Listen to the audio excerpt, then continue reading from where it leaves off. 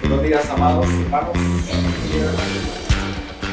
Esta mañana les invito a oír la palabra del Señor en el Salmo 90.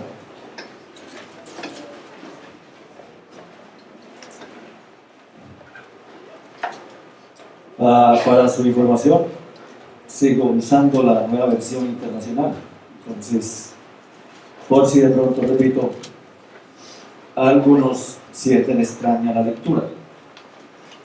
Señor, tú has sido nuestro refugio, generación tras generación. Desde antes que nacieran los montes y crearas la tierra y el mundo, desde los tiempos antiguos y hasta los tiempos postreros, tú eres Dios. Tú haces que los hombres vuelvan al polvo. Cuando dices, vuélvanse al polvo, mortales. 1000 años para ti son como el día de ayer que ya pasó. Son como unas cuantas horas de la noche. Arrasas a los mortales. Son como un sueño. Nacen por la mañana, como la hierba que al amanecer brota lozana y por la noche ya está marchita y seca. Tu ira en verdad nos consume, tu indignación nos aterra. Ante ti has puesto nuestras iniquidades, a la luz de tu presencia, nuestros pecados secretos. Por causa de tu ira se nos va la vida entera. Se esfuman nuestros años como un suspiro. Algunos llegamos hasta los 70 años. Quizás alcancemos hasta los 80, si las fuerzas nos acompañan.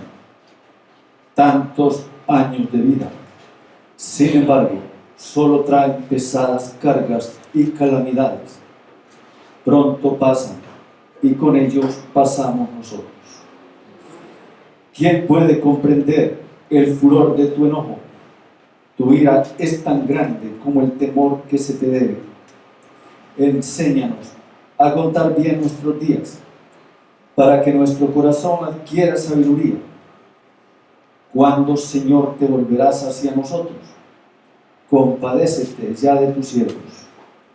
Sácianos de tu amor por la mañana, y toda nuestra vida cantaremos de alegría. Días y años nos has afligido, nos has hecho sufrir.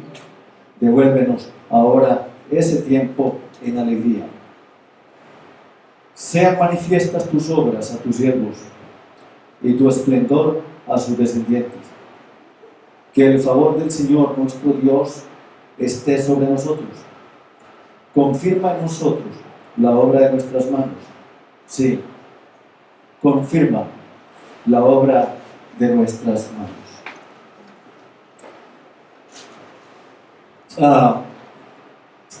El modelo de oración de Moisés, siervo de Dios, puede guiarnos a hacer una reflexión de cómo son las oraciones que nosotros hacemos. Cada oración que se haga, especialmente quien la haga, da a conocer cosas muy reveladoras, repito, de quien ora. Uno puede, al escuchar orar a una persona, tener algunas ideas que permiten conocer a esa persona. Por ejemplo, su oración puede revelar cuánto conoce al Dios que ora. Su oración puede revelar cuánto conoce de la palabra, cuánto conoce de la Biblia. Su oración también puede revelar qué son aquellas cosas por las cuales más ora. Entonces, el año, por ejemplo, está todavía nuevo, está reciente. Entonces, en ciertas épocas, como al iniciar un año, tenemos algunas oraciones con las cuales queremos, pues, presentarnos ante el Señor y cómo deseamos que ese año sea.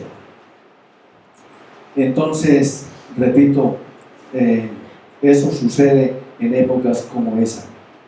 ¿Ustedes recuerdan qué oración hicieron para empezar el año?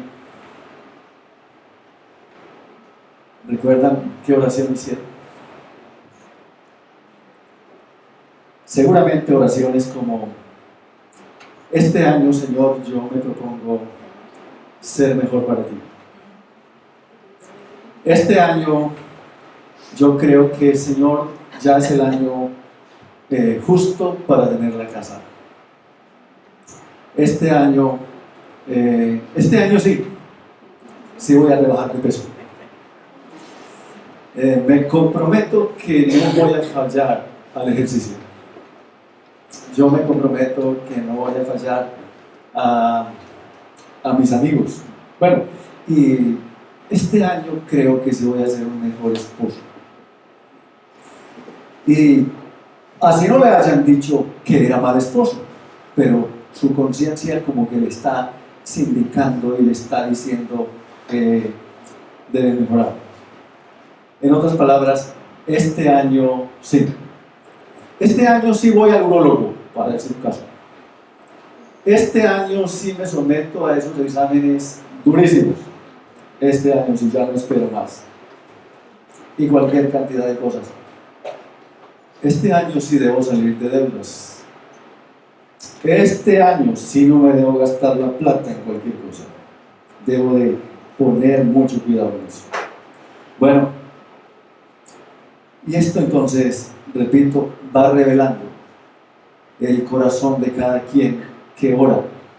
Como dije, también revela a qué Dios ora. Y también manifiesta, repito, qué conocimiento tiene de las Escrituras. Para entender mejor lo que Moisés, siervo de Dios, expresó en esta oración, es necesario hacer un recuento de la vida de este hombre. Al llegar al ocaso de su vida, se cree que esta oración la hizo ya en ese momento, 120 años. 120 años. El hombre, pues, como que da una miradita atrás, devuelve la película y pasa cualquier cantidad de imágenes por su mente y lo llevan a concluir y dice: Señor, tú has sido nuestro refugio generación tras generación. Al llegar al ocaso de su vida, Moisés nos comparte sus conclusiones acerca de Dios y del ser humano, con quienes se relacionó y conoció muy bien. Es decir, él conoció muy bien a Dios y conoció muy bien al ser humano. Seguramente podemos decir que los conoció más allá de lo que había imaginado que lograría. Y la oración de ese salmo destaca 3 enseñanzas importantes. Entonces, en primer lugar, el conocimiento que se tiene de Dios. Los versículos 1 y 2 lo presentan a Dios como el Dios eterno, como refugio. Y más que una conclusión, eso es también una declaración que Moisés hace desde lo más profundo de su alma. Y con la mayor satisfacción dice: Señor, tú has sido nuestro refugio generación tras generación. Bueno, algunos tienen sus términos para expresarlo. Al pasar por un proceso de retos, de desafíos, en los cuales la vida estuvo en grandes riesgos, algunos dicen: uff, me salvé por un pelito, me salvé de chepas. Otros dicen: qué suerte la que tuve, qué suerte. El que ya conoce mucho más a Dios no usa esas expresiones. Dice: uy, no, Dios es fiel, Dios ha sido muy bueno. Es decir, el vocabulario cambia, y cambia precisamente por el conocimiento que se tiene de Dios. Moisés devuelve la película, repito, y vio una cantidad de cosas que marcaron su vida, y uno solo puede imaginar cómo Moisés fue que conoció su propia historia, cómo hizo, y una historia iniciada en un contexto de muerte. No sabemos cómo se sintió al conocer la narración de todo el ingenio que tuvo que desplegar su propia familia para preservarle su vida cuando apenas era un bebé. Esto todo entonces acontece a orillas del río Nilo, según Éxodo capítulo 2. Le contaron todo lo que pasó con los niños. ¿Qué hicieron con los niños? La orden era al río, y seguramente entonces ya pensamos fue la comida de los cocodrilos. Como su vida cuando niño también estuvo en esa situación, pero gracias al ingenio de esa familia de preservarle la vida en una canastica a orillas del río, cualquier cosa así parecida, entonces lo hace un niño con otra situación distinta. Sin embargo, repito, con todos los detalles le contaron esa situación de su infancia. De muchos episodios relacionados con la muerte también le contaron, y de los cuales fue testigo. Su infancia, como dije, por ejemplo, fue parte de un contexto de muerte. Suficiente conocer la narración de todo el ingenio, como dije, pero también suficiente de conocer de todas las historias a las cuales tuvo acceso. Más tarde en la vida adulta conoció de muchos otros y hasta fue protagonista. No entro en detalles, pero para tener una idea, recuerdan cuando mató al egipcio y lo enterró. Más allá y por diversas circunstancias, por el pecado de la desobediencia del pueblo, Moisés vio morir a muchos, lo que hace entendible por qué Deuteronomio 33:27 registre lo que dijo al pueblo de Dios. El eterno Dios es tu refugio, y acá abajo los brazos eternos. Es decir, él había vivido eso, él lo había experimentado. A él no se le ocurría decir Dios es mi refugio de manera caprichosa. Él sabía desde su infancia hasta ya adulto que así lo era. Él no dice el tabernáculo ha sido nuestro refugio, sino tú, el Dios viviente, con quien podemos relacionarnos, con un lugar donde podemos recurrir, en donde nos podemos refugiar, donde podemos habitar. David en el Salmo 18 lo describe como mi roca, mi amparo, mi libertador, mi escudo, el lugar de refugio. Pablo dice, porque en él vivimos y nos movemos y existimos. Así que Moisés, en medio de un escenario de tanta mortandad y miseria, no encuentra mejor alivio y descanso que estar en la presencia del Dios eterno. Porque mientras todo se desvanece y desaparece a su alrededor, Dios es inmutable, hogar y refugio eterno desde los tiempos antiguos para su pueblo, pues desde antes que nacieran los montes y crearan la tierra y el mundo, desde los tiempos antiguos hasta los tiempos postreros, tú eres Dios. Más o menos, ¿cuánto tiempo hace eso? Más o menos, ¿cuánto tiempo sería eso? Para poner un cálculo en años. Vamos a ver, tratemos de ubicar eso.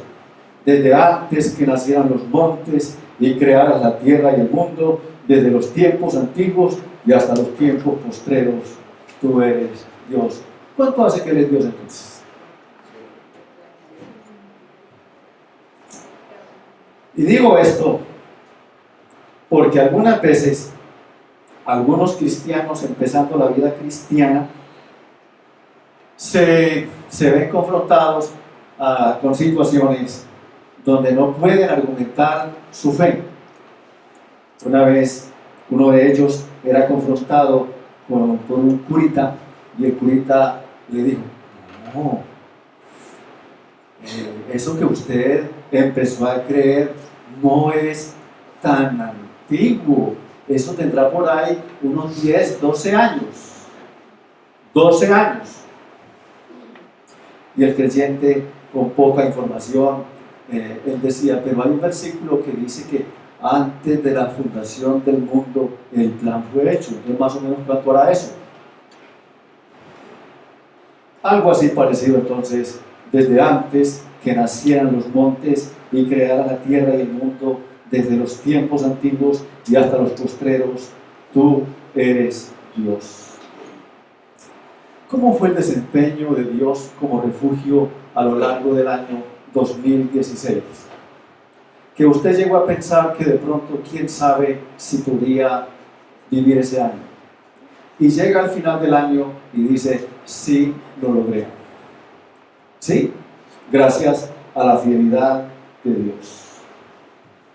El segundo aspecto del Salmo tiene que ver entonces ya con otra situación. Es con la situación del que ora, o sea, del ser humano. Y se refiere en términos como la fragilidad, la transitoriedad o la brevedad del ser humano.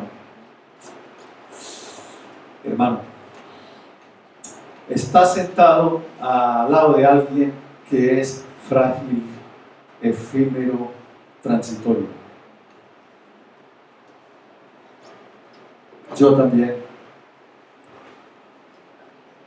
Lo que alguien llamó las campanadas de la muerte. En los versículos 13 al 12 nos describe esto.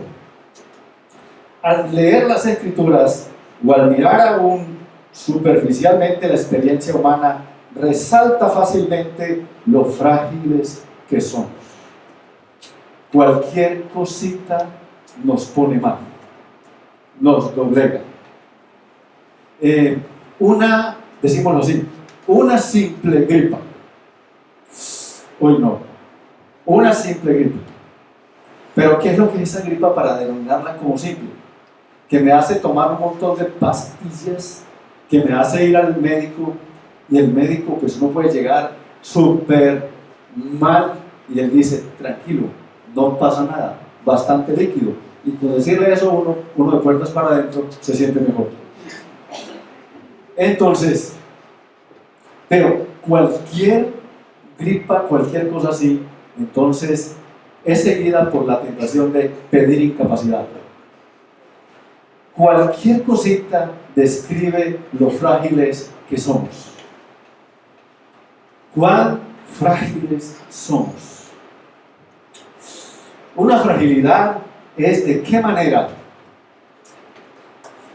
vemos a veces más en otros que en uno. ¿Cuántos se envejecen? Y decimos: uy, es que no hace tanto tiempo que he dejado de ver a tal persona.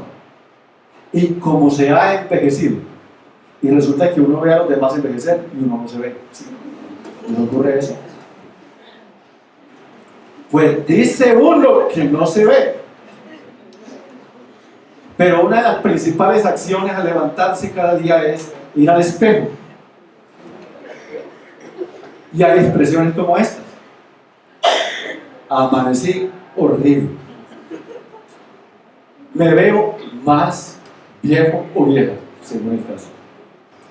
Y aunque hay una cantidad de alternativas de términos para no expresar la palabra viejo, entonces usamos en forma de humor o de chiste algo así como decir: no es vejez, sino gente con juventud acumulada.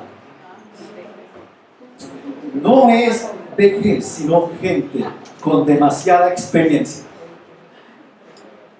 No estás acumulando años, estás acumulando experiencia.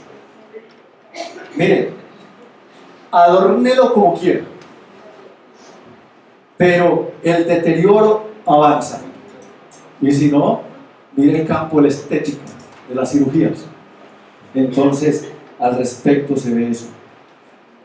Hay una lista entonces de cosas que sirven como indicadores para decir cuánto nos estamos envejeciendo. ¿Cuánto? ¿Recuerda usted alguno que fue un indicador que le sorprendió a usted y le hizo pensar que se está poniendo de edad avanzada?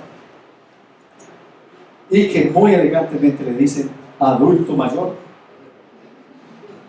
Yo una vez fui a reclamar unos medicamentos y la niña me dice, si tiene 60 años lo puedo tener ya. Y yo digo, no.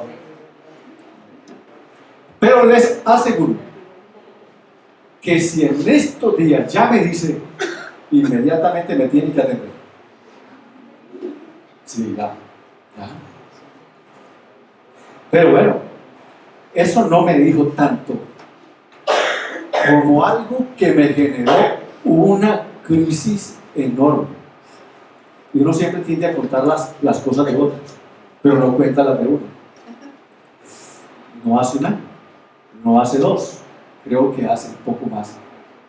En el metro alguien se ofreció y me da su asiento. Y eso me generó una crisis terrible.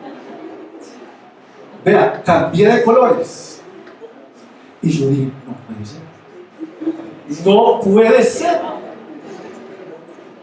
Esa cosa tan sencilla y uno no está preparado. Sorprendido. Bueno, y entonces yo trato de coleccionar o mirar cuánta cantidad de indicadores me dicen que estoy avanzando. Y me dicen eso porque el texto nos lo presenta así. Pues repito, al leer las Escrituras y al mirar aún superficialmente la experiencia humana, resalta fácilmente lo frágil, lo transitorio y efímero de nuestra existencia. Cuando Dios así lo quiere, quebranta al ser humano y permite que las aflicciones minimicen sus fuerzas y convierte sus fuerzas y altivez en debilidad y humildad. Cuando esto sucede, el orgullo humano queda hecho trizas, y esto lo hace Dios con un fin: que el hombre se convierta a Él. La Reina Valera del 60 lo dice así, en el verso 3: vuelves al hombre hasta ser quebrantado, y dices, convertíos hijos de los hombres. ¿Cómo hacer que este mensaje en nuestros días, aunque suene arcaico o sin sentido a los oídos modernos, pueda ser escuchado? ¿Qué importancia tiene en la actualidad hacer escuchar un mensaje al hombre de hoy y decirle, hombre, pilas, este paso por acá, por esta tierra es breve, es corto, trata de hacer lo que más puedas y ojalá bien? ¿Cómo hacer escuchar cosas así al ser humano, al hombre de hoy? Lo cierto es que respondamos o no al llamado que Dios sigue haciendo el ser humano frágil, transitorio y efímero, pues le toca ser consciente de las verdades contenidas en esta oración. Porque 1000 años para ti son como el día de ayer que ya pasó, son como unas cuantas horas de la noche, o como una versión dice, el ayer ya ha ocurrido, la Biblia de Jerusalén, una vigilia de la noche, el ayer ya ha ocurrido. Entonces, un dato como de un Matusalén, según la Biblia, que vive 969 años, entonces no alcanzó a vivir un día, para citar un caso. La claridad que hace el texto, la fragilidad y brevedad del ser humano es sumamente amplia y rica en ilustraciones. Según los versículos 5 y 6, dice: arrasas a los mortales, son como un sueño, nacen por la mañana como la hierba que al amanecer brota y por la noche ya está marchita y seca. Otros autores bíblicos se ocupan de esta verdad, entre ellos Job, cuando dice: pocos son los días y muchos los problemas que vive el hombre nacido de mujer. Es como la flor o las flores que brotan y se marchitan. Es como efímera sombra que se esfuma. La Reina Valera contemporánea en Santiago 4:14 expone la pregunta y respuesta diciendo: ¿y qué es la vida de ustedes? Es como la neblina que en un momento aparece y luego se evapora. Esa es la vida. Por eso a nosotros, cuando alguien nos da una noticia de esas que no es bueno escuchar, nos dice: ¿y fulano murió? ¿Cómo así que murió? ¿Y cuándo? No, pues ayer fue el funeral. ¿Cómo así? Yo hablé con él la semana pasada. No, efímera.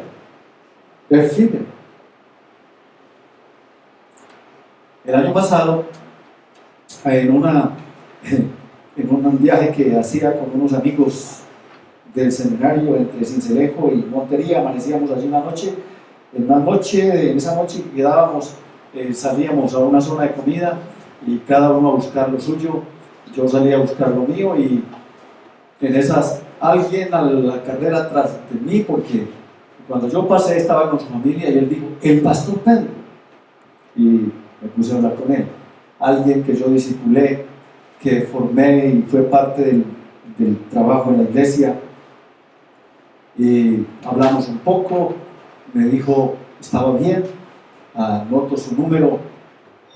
Y al comenzar el año,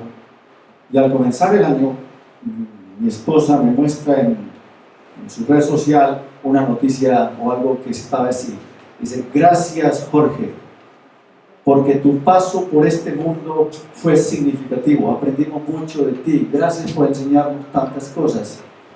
Y la foto, mi esposa dice: ¿y no es fulano? Y yo digo: sí es fulano, sí, yo tengo su número. Y dice: no, pues yo voy a llamar a ver quién contesta. A lo mejor puede ser de más allá. Pues hermanos, sí, yo llamo, no puedo contestar, escribo un mensaje porque está conectado al WhatsApp, y al otro día dicen: buenas tardes, pastor, yo soy fulana, dice, la viuda ya de fulano, su funeral se hizo esta tarde. 49 años, no había cumplido, estaba para cumplir. Fuerte, obeso, alto, un cáncer de estómago de los más crueles, acabó con su vida en cuestión de menos de lo que le dijeron. Efímero es la vida, pasajera.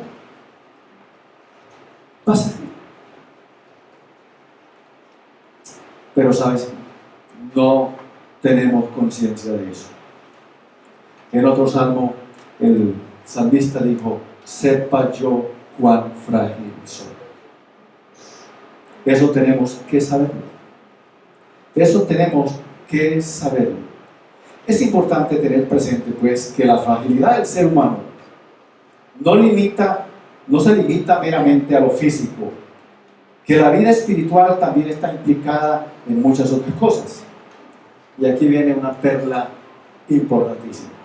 Verso 8: ante ti has puesto nuestras iniquidades, a la luz de tu presencia nuestros pecados secretos, nuestros actos incorrectos, nuestros actos que no son agradables delante de Él.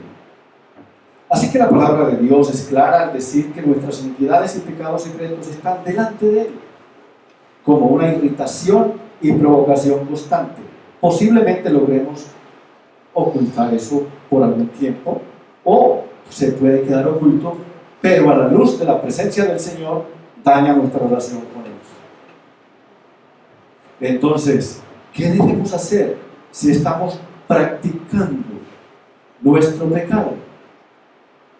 Con toda seguridad sabemos, y no lo podemos cambiar, lo que el Señor nos indica hacer. Arrepentimiento pleno, determinar por una vida santa, seguida por una evidente restauración según las Escrituras. Para Moisés era muy claro que esas iniquidades nuestras que irritan y causan la ira de Dios se constituyen entonces en la razón de su proceder. Por causa de tu ira se nos va la vida entera. Se esfuman nuestros años como un suspiro.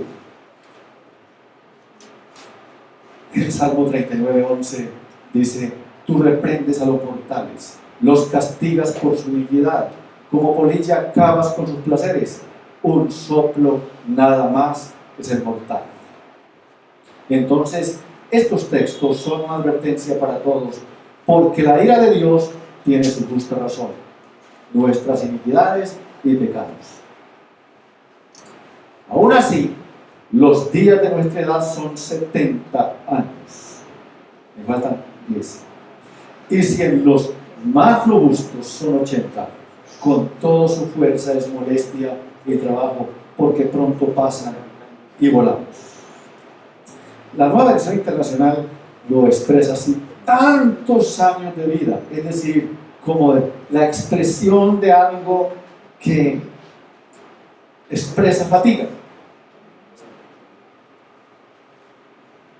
Sean los años que sean, por un decreto divino, el ser humano vive entonces bajo constante amenaza de muerte de parte de Dios, como se le dijera polvo al polvo, o como si Dios constantemente estuviera dando la orden: vuélvete a la tierra, orden que todos debemos cumplir, sin importar su condición, estrato o posición social, todos. Entonces, la pregunta es: ¿quién conoce el poder de tu ira y tu indignación según que debe ser tenido? Pareciera entonces que tener un cierto conocimiento y comprensión acerca de la ira de Dios nos libraría de desperdiciar la vida en las cosas sin valor, aquellas que lo irritan y provocan su ira. De ahí que tiene sentido la súplica que hallamos en el versículo 12: enséñanos a contar de tal modo nuestros días, que traigamos al corazón sabiduría. Sería como orar algo así: Señor, recuérdanos cuán corta es la vida que nos has dado como valioso regalo, para que cada día lo usemos sabiamente para su honra y su gloria. Cada día es un regalo entonces. Si lo asumimos así, entonces es distinto a las expresiones equivocadas, feas del ser humano como esta: uy, qué día tan aburrido. No es el día. El aburrido es otro. Uy, no, qué día tan gris. No, no es el día. El gris es otro. Qué día tan triste. Qué día tan raro. No es el día. No es el día. Bueno, el tercer aspecto de este salmo, como punto final, está en los versículos 13 al 17. Tiene que ver con orar a la luz de la palabra y de manera práctica, teniendo en cuenta el siguiente orden de peticiones. 5 peticiones, a ver si usted en su oración que hizo al comenzar el año tiene alguna muy parecida o una de estas mismas. La primera petición: de mañana, sácianos de tu misericordia. Hoy, al levantarse, el día nuevo es un reto. No me basta ninguna cosa, me basta la misericordia de Dios. Nuevas son cada mañana. Grande es su fidelidad. Excelente petición. De mañana, sácianos de tu misericordia. Es decir, que cada día haya un amanecer de tu misericordia. Que se sobreponga los motivos para que me libre de tu ira, por decir algo. Solo por tu misericordia puedo vivir mejor cada nuevo día. La siguiente petición dice: alégranos conforme a los días que nos afligiste y los años en que vimos adversidad. Es como decir: oro hoy por el gozo tuyo, Señor, en mi vida. Yo, Señor, quiero orar por el gozo de mi familia. Quiero orar por el gozo de tu iglesia, de tu pueblo. ¿Cierto que casi no oramos por cosas así? Casi no oramos por cosas así. Y al empezar el día: Señor, yo oro hoy por el gozo tuyo en mi vida. Porque seguro habrá muchas cosas que me harán poner triste. Seguro habrá muchas cosas que me van a afligir. Señor, yo quiero orar por el gozo de mi familia. Hay cualquier montón de cosas que pueden afligir a mi familia. Una enfermedad, un diagnóstico, la despedida de la empresa, no la despedida, no fue la fiesta que le hicieron, un día cualquiera, la cartica, no va más. ¿Y por qué? No va más. Y las preguntas siempre: ¿por qué? Y algunos por ahí un poquito prácticos y medio. No, la pregunta no es por qué, sino ¿para qué, Señor? No. En ese momento no hay fuerzas para preguntar así, sino más bien: ¿por qué? Yo oro, Señor, por el gozo de tu pueblo. Que haya gozo en tu pueblo. El enemigo lo roba de muchas maneras. Yo entonces oro por el gozo de tu pueblo. Pues es lo que está expresando esa petición. Alégranos conforme a los días que nos afligiste, a los años en que vimos adversidad. Entonces oro pues, Señor, porque los tiempos sean libres de aflicción, y si llega la aflicción, no sobrepase la línea inmediata de la amargura. Bueno, la tercera petición: aparezca en tus siervos tu obra. Este clamor es algo así como la oración del profeta Habacuc. Señor, he oído tu palabra y temí. Aviva tu obra en medio de los tiempos. En medio de los tiempos, hazla conocer. Un asunto muy sencillo. Yo no sé, pero bien sencillo. ¿Cuántos de ustedes oraron esta mañana por la reunión? ¿Cierto? A lo mejor sí algunos. Pero ¿cuántos al empezar el día la oración fue como: Señor, yo oro por la reunión de tu iglesia? Que tu presencia se manifieste. Yo oro por el grupo que nos dirige en las canciones. Yo oro por todos los detalles. Confirma la obra. Confirma la obra. Yo oro por las distintas reuniones de tu iglesia en la ciudad. Aparezca en tus siervos tu obra. Este clamor es algo así como la oración entonces de Habacuc. Es muy importante que tu obrar sea visto. Señor, es muy importante que lo que tú haces sea visto. Es muy importante que lo que tú obras sea conocido. También sería como: Señor, por favor, líbranos de hacer nuestra propia obra o cualquier otra cosa que se nos antoje. Y resulta que también a cualquier cosa la llamamos ministerio, pero no es tu obra. No es tu obra. Y en eso hay que pedir perdón. Una historia que os sucedió en una iglesia, pero en otra iglesia, en otro país, dos hermanas que trabajaban mucho en la iglesia, pero esas dos hermanas peleaban demasiado, tenían mucho conflicto y dejaron de hacer la obra de Dios por hacer su propia obra y entraron en conflicto. Un día de esos enfermó una de ellas muy grave. La hospitalizaron y estuvo de muerte.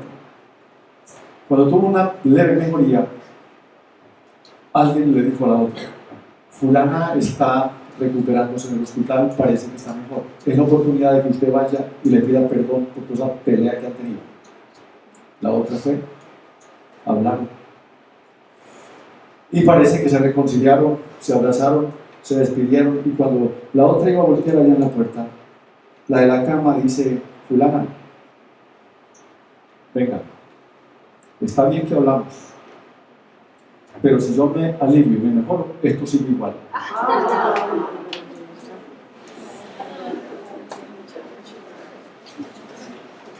Ya. Esa no es la obra que debemos orar. Oramos porque la obra del Señor sea un hecho real de transformación. La cuarta petición es: y tu gloria sobre tus hijos. Y tu gloria sobre tus hijos. Lo contrario a la gloria es la vergüenza, el oprobio, la humillación. Señor, yo oro contra toda humillación, contra todo oprobio, contra toda vergüenza de mi familia o de mis hijos o de la iglesia, y tu gloria sobre tus hijos. No queremos esto para nadie.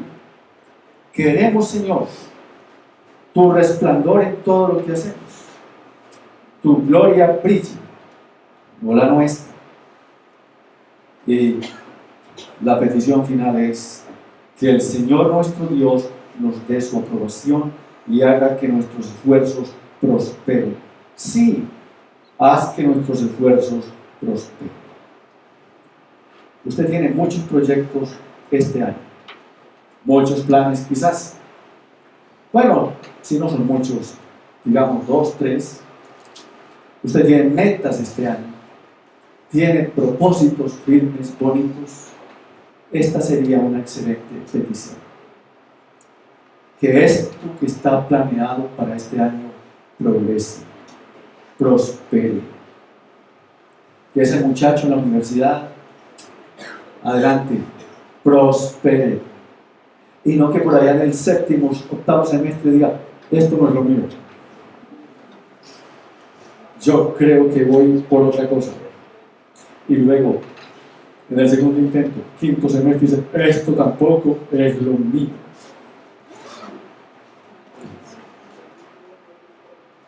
Señor, confirma tu obra sobre nosotros. ¿Qué quiere usted que el Señor mire y confirme en usted? La salvación de un familiar, la transformación de un hijo, de una hija, la sanidad de alguien, la restauración de alguien. Bueno, ¿por qué no la transformación de la cuadra, del sector donde usted vive? Algo así.